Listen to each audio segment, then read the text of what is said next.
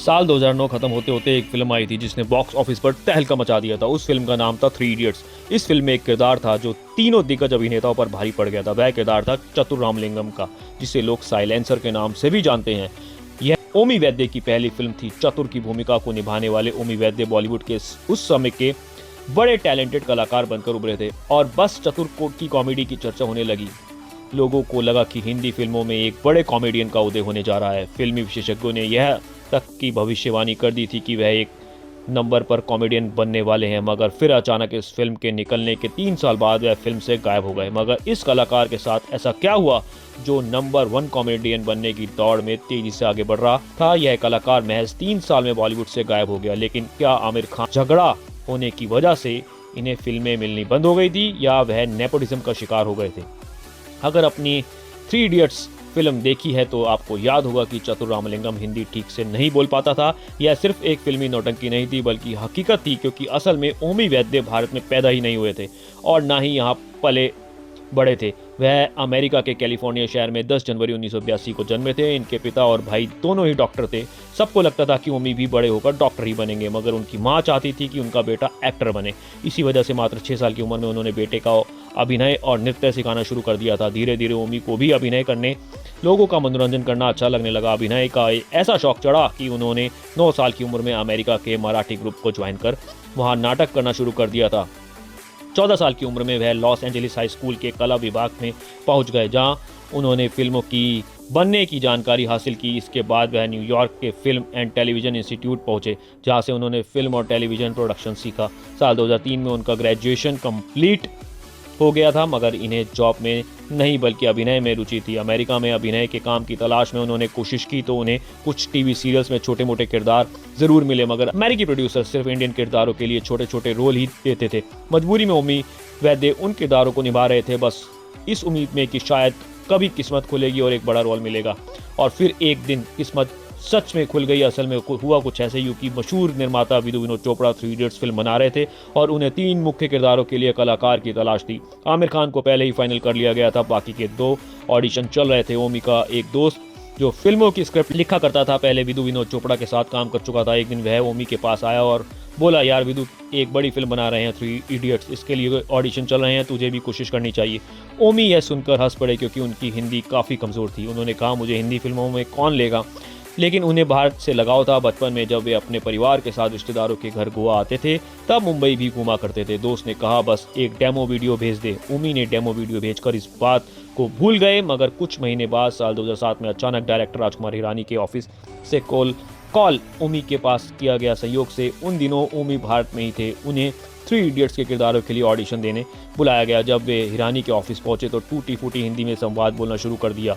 वहां मौजूदा एक लड़की बार बार उनकी हिंदी को सुधारने के लिए टोक रही थी। कुछ ही मिनटों में उन्हें थैंक यू बोलकर जाने के लिए कहा दिया गया। ओमी समझ गए कि वे ऑडिशन में फेल हो चुके हैं, मगर कुछ समय बाद उन्हें दोबारा कॉल आया और उन्हें फिर से ऑफिस बुलाया गया। इस बार उनसे एक डायलॉग बोलने को कहा गया। ओमी ने विधु विनोद चोपड़ा की फिल्म मुन्ना भाई एमबीबीएस का एक सीन अपने अंदाज में करके दिखाया और यहीं से उनकी किस्मत चमक उठी। आखिरकार साल 2008 में फाइनल कॉल आया, जिसमें उनकी मुलाकात सीधे फिल्म के डायरेक्टर राजकुमार हिरानी से हुई। हिरानी सीधे बोले, देखो ओमी, थ्री इडियट्स के लिए कलाकार चुन लिए गए हैं, मगर तुमने बहुत अच्छा ऑडिशन दिया है, इसलिए तुम्हारे लिए इस फिल्म में एक नया किरदार लिखा जा रहा है जो फिल्म की जान होगा। बस तुम्हें यह रोल चाहिए तो 3 शर्तें मानी होगी।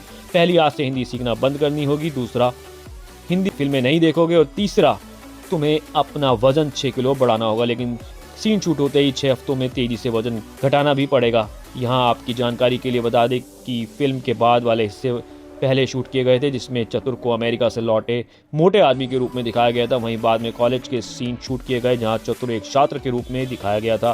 खैर, ओमी की कुछ ही महीनों में शादी होने वाली थी, लेकिन इतना बड़ा ऑफर वे कैसे ठुकराते। उन्होंने तुरंत 3 शर्तें मान ली और वजन बढ़ाने में लग गए। 6 किलो वजन बढ़ाया और शूटिंग शुरू की गई। फिर कॉलेज वाले हिस्से की शूटिंग IIM बेंगलोर में हुई तो उन्होंने बड़ी मुश्किल से वजन भी घटा लिया। फिल्म बन गई, लेकिन अब जानिए फिल्म के प्रीमियर के दिन क्या हुआ। साल 2009 प्रीमियर के दिन आमिर खान, शर्मन जोशी और R माधवन तो सभी पहचान रहे थे, लेकिन ओमी वैद्य को कोई नहीं पूछ रहा था। वे चुपचाप एक कोने में खड़े थे। फिर फिल्म शुरू हुई। साइलेंसर बने ओमी वैद्य की टूटी फूटी हिंदी, खास तौर पर मंत्री जी की मौजूदगी में दिया गया उनका भाषण दर्शकों पर जादू कर गया। उनका अभिनय इतना प्रभावी था कि फिल्म खत्म होते ही ओमी थ्री इडियट्स के मुख्य अभिनेताओं पर भारी पड़ गए। प्रीमियर खत्म होते ही लोगों ने उन्हें घेर लिया, कोई ऑटोग्राफ मांग रहा था तो कोई उनके साथ फ़ोटो खिंचवा रहा था। फैंस ने उन्हें इतना घेर लिया कि बाथरूम तक जाने के लिए उन्हें आधा घंटा लग गया था।